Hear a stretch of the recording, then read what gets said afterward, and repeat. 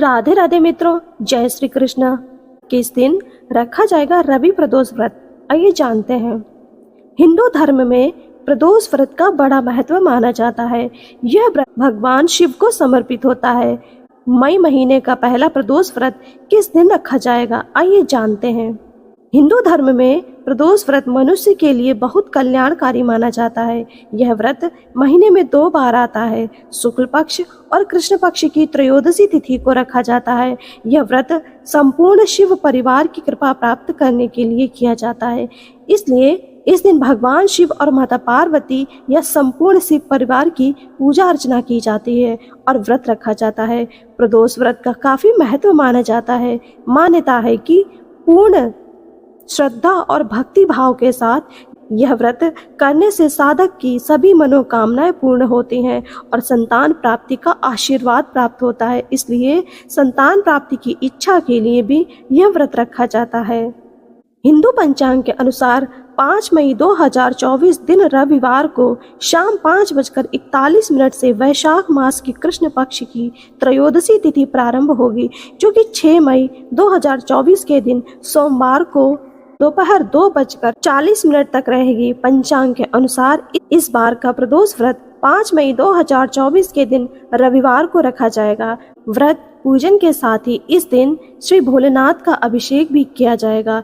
इस बार का प्रदोष व्रत रविवार के दिन पड़ रहा है और रविवार के दिन पड़ने वाले प्रदोष व्रत को रवि प्रदोष व्रत कहा जाता है। इसलिए इस मई हिंदू धर्म में प्रदोष व्रत का विशेष महत्व माना जाता है। यह व्रत व्यक्ति के कल्याण के लिए बहुत ही शुभ और मंगलकारी माना जाता है। मान्यता है कि पूर्ण श्रद्धा और विधि विधान के अनुसार जो कोई भी इस व्रत को करता है और इस व्रत की कथा को पढ़ता या सुनता है, उस पर भगवान शिव की कृपा बरसती है, जिसके परिणाम स्वरूप उसकी सभी मनोकामनाएं पूर्ण होती हैं और उसके जीवन में सुख व समृद्धि आती है। कई जगह इस दिन भगवान शंकर के नटराज रूप की भी पूजा की जाती है। धार्मिक मान्यताओं के अनुसार प्रदोष व्रत के दिन भगवान शिव ने तांडव नृत्य करके राक्षस अप्सरा पर विजय प्राप्त की थी। भगवान शिव के नृत्य रूप को ही नटराज के रूप में माना जाता है। प्रिय श्रोताओं, आइए श्रवण करते हैं रवि प्रदोष व्रत की पावन कथा।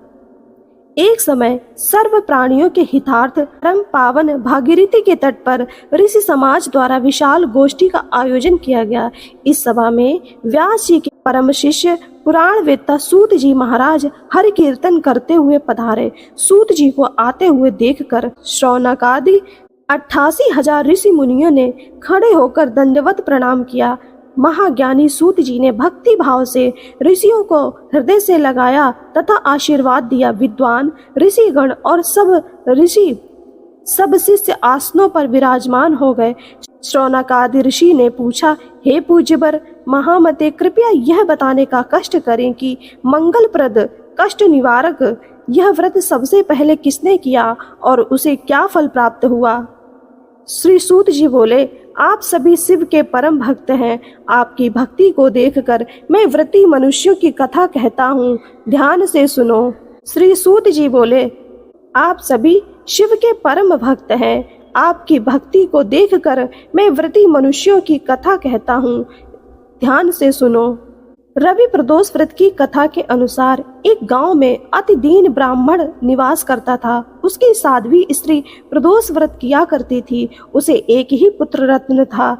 एक समय की बात है, वह पुत्र गंगा स्नान करने के लिए गया। दुर्भाग्यवश मार्ग में चोरों ने उसे घेर लिया और वे कहने लगे कि हम तुम्हें मारेंगे नहीं, तुम अपने पिता के गुप्त धन के बारे में हमें बतला दो। बालक दीन भाव से कहने लगा कि हे बंधुओं, हम अत्यंत दुखी दीन हैं, हमारे पास धन कहाँ है। तब चोरों ने कहा कि तेरे इस पोटली में क्या बंधा है। बालक ने निसंकोच कहा कि मेरी माँ ने मेरे लिए रोटियां दी हैं। यह सुनकर चोरों ने अपने साथियों से कहा कि साथियों, ये बहुत ही दीन दुखी मनुष्य है, अतः हम किसी और को लूटेंगे। इतना कहकर चोरों ने उस बालक को जाने दिया। बालक वहां से चलते हुए एक नगर में पहुंचा। नगर के पास एक बरगद का पेड़ था। वह बालक उसी बरगद के वृक्ष की छाया में सो गया। उसी समय उस नगर के सिपाही चोरों को खोजते हुए उस बरगद के वृक्ष के पास पहुंचे और बालक को चोर समझकर बंदी बना लिया। राजा के पास ले गए। राजा ने उसे कारावास में बंद करने का आदेश दिया। ब्रह्माणी का लड़का जब घर नहीं लौटा तब उसे अपने पुत्र की बड़ी चिंता हुई। अगले दिन प्रदोष व्रत रखा था। ब्रह्माणी ने प्रदोष व्रत किया और भगवान शंकर से मन ही मन अपने पुत्र की कुशलता की कामना करने लगी। भगवान शंकर ने उस राजा को स्वप्न में आदेश दिया कि वह बालक चोर नहीं है, उसे प्रातःकाल छोड़ दे, अन्यथा उसका सारा राज्य वैभव नष्ट हो जाएगा। प्रातःकाल राजा ने शिव जी की आज्ञा अनुसार उस बालक को कारावास से मुक्त कर दिया।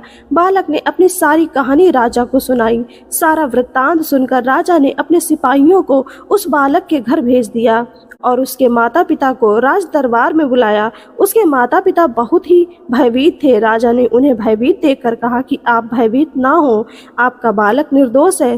राजा ने ब्राह्मण को 5 गांव दान में दिए जिससे कि वे सुखपूर्वक अपना जीवन व्यतीत कर सके। भगवान शिव की कृपा से ब्राह्मण परिवार आनंद से रहने लगा। अतः जो मनुष्य रवि प्रदोष व्रत को करता है वह सुखपूर्वक और निरोग होकर अपना पूर्ण जीवन व्यतीत करता है तथा उसके जीवन में खुशहाली आती है। जैसे इस ब्राह्मण के मनोरथ पूर्ण हुए, कथा सुनने वाले की सभी मनोरथ पूर्ण हो। आप सभी पर भगवान शिव की कृपा बनी रहे। आप सभी का जीवन मंगलमय हो। ओम नमः शिवाय।